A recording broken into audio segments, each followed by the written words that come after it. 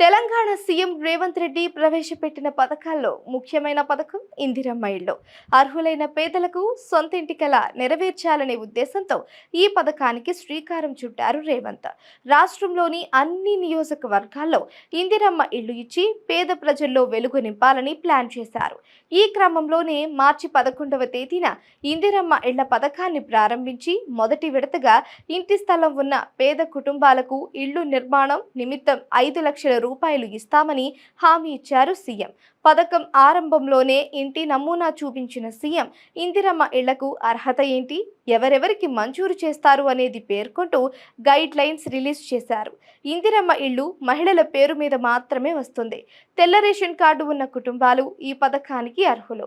తొలి దశలో భాగంగా సొంత జాగా ఉండి అందులో ఇళ్లు లేని వారికి ఆర్థిక సాయం అందనుంది. లబ్ధిదారులు లోకల్లో నివాసితులై ఉండాలి. అద్దెకు ఉన్న వారు కూడా అర్హత కలిగి ఉంటారు. ఈ పథకానికి సంబంధించి మొత్తంగా 4.5 లక్షల ఇందిరమ్మ ఇళ్ల కోసం 22,500 కోట్లు మంజూరు చేస్తామని, ప్రతి నియోజకవర్గానికి 3,500 ఇళ్లు ఇస్తామని ప్రభుత్వం తెలిపింది.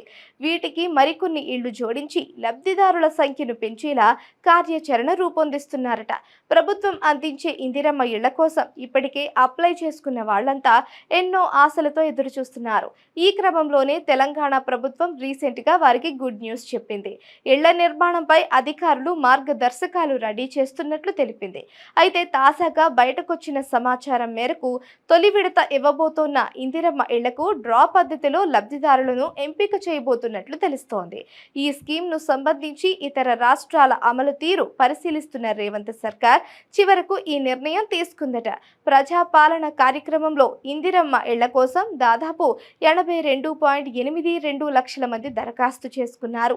అనుకున్న దానికంటే దరఖాస్తులు చాలా ఎక్కువగా రావడంతో గతంలో డబుల్ బెడ్రూమ్ స్కీమ్ లాగే లక్కీ డ్రా పద్ధతిలో లబ్ధిదారులను ఎంపిక చేయాలని ప్రభుత్వం భావిస్తోందట. ఇలా అయితే ఎక్కడా ఇబ్బంది రాదని, ప్రజా వ్యతిరేకత కూడా నిరోధించవచ్చని భావిస్తున్నారట.